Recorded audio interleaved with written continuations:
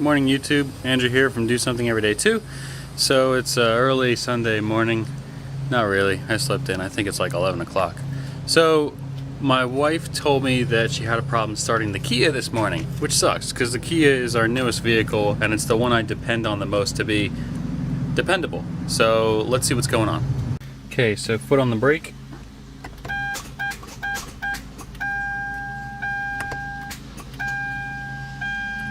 Yeah, not happy at all, is it?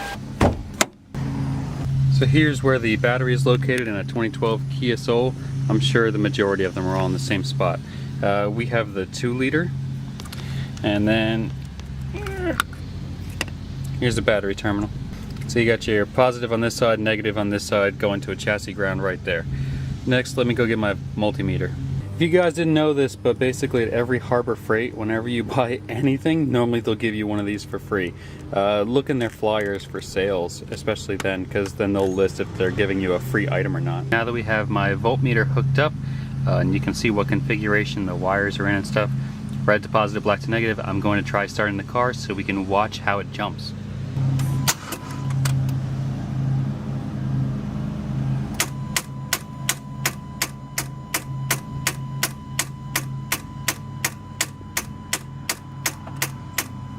Definitely a big voltage drop. So the next thing I'm going to do is try to jump start the car. I recommend you reading up to learn how a jump pack works. Make sure that it's fully charged, and then give it a shot. Here we go, fingers crossed.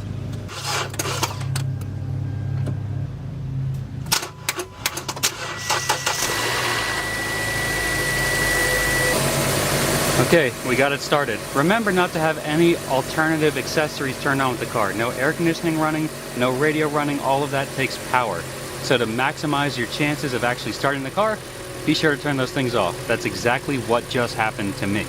Next thing I'm going to do is check to see if my alternator is pumping out the right juice. We should be seeing over 14 volts at the meter once I hook up the positive and negative cables again.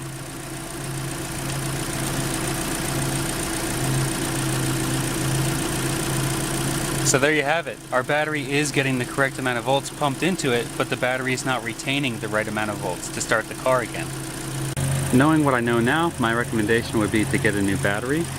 But as you can see, this car, being a 2012 and it's currently 2017, has 91,299 miles. So it has a few miles under its belt, but not a lot of time. We're only a little bit over the 5-year mark. So my next step is to call up Kia, because we have the 10-year, 100,000-mile warranty, and try and get them to replace the battery. In my opinion, there's no reason this battery shouldn't be good for another 5 years.